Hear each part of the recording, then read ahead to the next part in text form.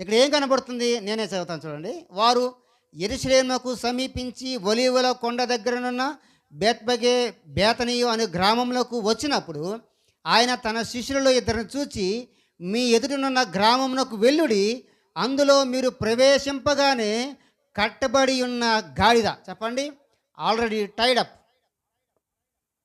మీరు వెళ్ళగానే ఏం కనబడుతుంది అంటే, ఒక కట్టబడిన గాడిద మీకు కనబడుతుంది. ఎలా? వారు వెళ్ళిన తర్వాత కాదు, మీరు వెళ్ళగానే ఆల్రెడీ ముందుగానే కట్టబడిన గాడిద కనబడుతుంది. అంటే ఈ గాడిద ముందే కట్టబడింది. ఎవరి చేత కట్టబడి ఉంది? తన యజమాని చేత కట్టబడి ఉంది. ఆ గాడిద ముందే కట్టబడి ఉంది. ఇప్పుడు ఈ లోకానికి అధికారి ఎవరు అనంటే సాతాను. సాతానుడు ఏం చేశాడంటే మనుషులను తన వశపరుచుకొని మనిషిని బంధించేశాడు, కట్టేశాడు.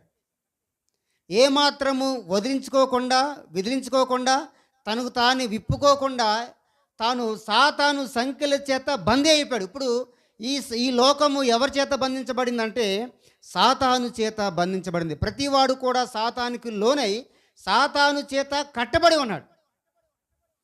యేసు ప్రభువారు ఎందుకు వచ్చాడనంటే, మీరు వెళ్ళగానే కట్టబడి ఉన్న గాడిద కనబడుతుందని చెప్పాడు ప్రభువారు. యేసు ప్రభువారు రాకముందే మనుషులందరూ భూలోకంలో పాపం చేత లోకం చేత కట్టబడి ఉన్నారు. ఇది మానవ యొక్క పరిస్థితి. అంటే గాడిద వర్సెస్ మానవుడు. అంటే గాడిద యొక్క పోలిక మానవుల్లో కనబడుతున్నాయి.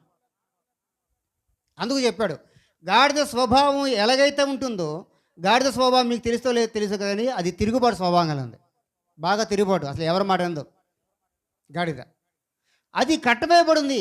ఎవరి చేత కట్టబడింది? గ్రామంలోకి వెళ్ళగానే అది ఊరి గాడిద. అది కంచెర గాడిద కాదు, అడవి గాడిద కూడా కాదు. చెప్పండి, ఇంకా చెప్పండి, ఇది ఏ కంచెర గాడిద కూడా కాదు. ఇది ఊరిలో ఉన్నటువంటి గాడిద.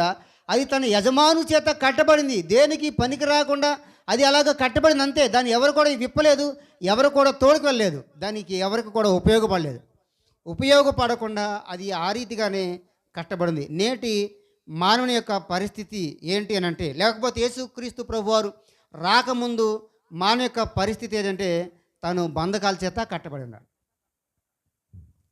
ఈ బంధకాలను విడిపించడానికి ప్రభువారు పరలోకం నుంచి భూలోకానికి వచ్చాడు. ఎలా వచ్చాడు?